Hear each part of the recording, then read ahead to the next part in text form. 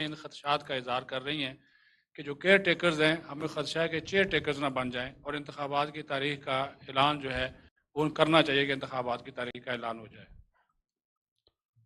اگر انتخابات کی تاریخ کا اعلان میں کروں گا تو میں ایک غیر قانونی کام کروں گا، اور آپ بحیثیت صحافی آپ کو پتہ ہونا چاہیے کہ قانون کے تحت کیا میں یہ اعلان کر سکتا ہوں یا نہیں کر سکتا ہوں. اگر آپ ہی ہمیں غیر قانونی کام کی طرف راغب کریں گے اور ایسے سوالات اٹھائیں گے کہ ہم ٹیمپٹ ہوں کہ قانون توڑیں اور قانون شکنی کریں، تو اس کا میں کیا جواب دوں؟ محمد عثمان سما. میں نیولی الیکٹڈ پریزیڈنٹ ہوں پارلیمنٹری رپورٹرز ایسوسیشن کا بھی، اور مبارک آپ ہو. سے خیر مبارک، آپ کو بھی مبارک ہو، آپ سے پہلی ملاقات ہو رہی ہے. سر دو چیزیں ہیں، جیسے الیکشن کی بات کی جا رہی ہے، ایک تو پہلی ذمہ داری ہے کہ آپ نے الیکشن حکومت نے صاف شفاف کروانے اور یہ انشور کروانا ہے کہ آپ جائیں تو آپ کے اوپر کوئی داغ نہ لگے. دوسرا یہ ہے کہ عام آدمی کو ریلیف فراہم کرنے کے لیے جو اقدامات اٹھائے جا رہے ہیں اس میں اقدامات تو بہت زیادہ، لیکن مارکیٹ کے اوپر جو ہے وہ کنٹرول حکومت کا بالکل نظر نہیں آ رہا. جو قیمتوں کی، جو اشیاء کی قیمتیں ہیں وہ وہیں پر ہیں، اور مارکیٹ یا دکاندار جو ہیں وہ قیمتوں کو کم کرنے پر راضی نہیں ہے. تو کیا کنٹرول مارکیٹ کے اوپر حکومت کا نہیں ہونا چاہیے؟ مارکیٹ کمیٹیز جو ہے وہ تشکیل نہیں دی جانی چاہیے تاکہ عام آدمی کو ریلیف مل سکے؟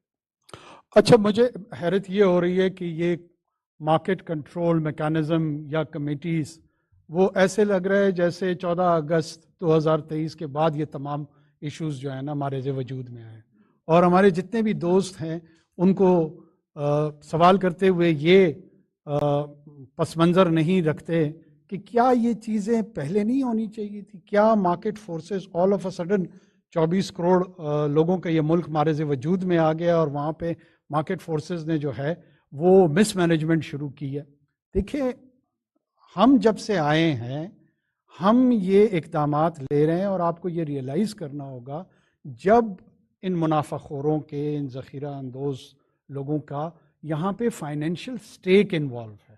اگر کسی کا یہ خیال ہے کہ ہمارے ان اقدامات سے فوری طور پر وہ تبلیغی جماعت کے سامنے رجوع کریں گے اور یہ سارے کے سارے راہ راست پہ آ جائیں گے، تو یہ غلط فہمی اور خوش فہمی کسی کی بھی ہو سکتی ہے. یہ ریزسٹنس آئے گی، اور اس ریزسٹنس کو کنٹین کرنا، کنٹیسٹ کرنا، کنفرنٹ کرنا، یہی حکومتوں کا کام ہے، اور یہی کام ہم کر رہے ہیں. آپ سے بحیثیت شہری بھی ہماری درخواست ہے کہ اس عمل کا حصہ بنیں، اور جہاں جہاں پہ رسپانسبلی آپ کا ایک سوشل ویجیلنس کا رول ہے وہ بھی پلے کریں، اور جہاں کنسٹرکٹیو کرٹیسزم کے تحت نشاندہی ایسے سوشل ایول ایکٹرز کی ہو سکتی ہے وہ کریں. اور اگر ہم اس پہ رسپونڈ نہیں کرتے ہیں، ہم اس پہ کوئی سٹیپ نہیں لیتے ہیں، تو میرے خیال میں دین وی آر اکاؤنٹیبل.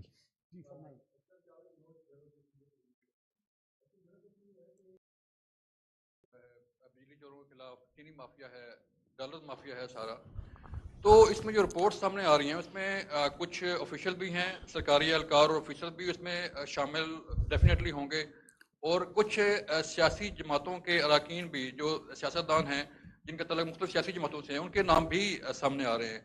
تو سر پوچھنا یہ ہے کہ جو آپریشن ہو رہا ہے اس میں جو کارروائی ہو رہی ہے اس میں جو خدشہ ظاہر کیا جا رہا ہے کہ شاید سیاستدان بچ جائیں یا شاید جو بڑے بیوروکریٹس ہیں وہ بچ جائیں، تو ایکشن جو ہے وہ کہاں تک ہوگا اور کس طرح ہوگا؟ یہ ذرا پلیز. دیکھیں، یہ جو مسئلہ ہے نا اس کے دو پہلو ہیں، جیسے آپ خود بیان فرما رہے تھے کہ ایک تو سر دست وہ مسئلہ ہے، جیسے ابھی میرے دوست کہہ رہے تھے کہ کوئی مارکیٹ پہ خاص اثر نہیں نظر آ رہا. افیکٹو ریزلٹس حاصل کرنے کے لیے جو ایگزسٹنگ سائیکل ہے اس illicit ایکٹیویٹی کی، اس کو ایڈریس کرنا ہے، اس کو توڑنا ہے. یہ ایک پہلو ہے. دوسرا پہلو یہ ہے کہ جو ماضی میں یہ سائیکل کنسٹرکٹ جنہوں نے کیا تھا اس کے جو ذمہ داران ہیں ان کے خلاف کارروائی کرنا. تو ہمیں بیک وقت دونوں پہلوؤں کو فوکس کر کے پرائیورٹی اپنی سیٹ کرنی ہے، اور ہماری پرائیورٹی یہ ہے کہ پہلے سائیکل توڑیں. جو ہی ہم سائیکل توڑتے ہیں، جو دوسرا آسپیکٹ ہے جس میں پینلائز کرنا ہے جنہوں نے اس سائیکل کو کنسٹرکٹ کیا تھا، ظاہر ہے اس میں آپ کے کورٹس کا میکانزم موجود ہے، جوڈیشل میکانزم موجود ہے، پورا کا پورا ایک کرمنل جسٹس سسٹم ایگزسٹ کرتا ہے، ڈیو پروسیس ہے. میں کوئی مغل بادشاہ تو ہوں نہیں کہ ڈکری جاری کر دوں اور کہوں کہ جی کل صبح یہ جو 10 بیوروکریٹ ہیں اور جو 10 سیاستدان ہیں ان تمام کو ایک لائن میں کھڑا کر کے جو ہے نا گولوں سے اڑا دیا جائے تاکہ پیغام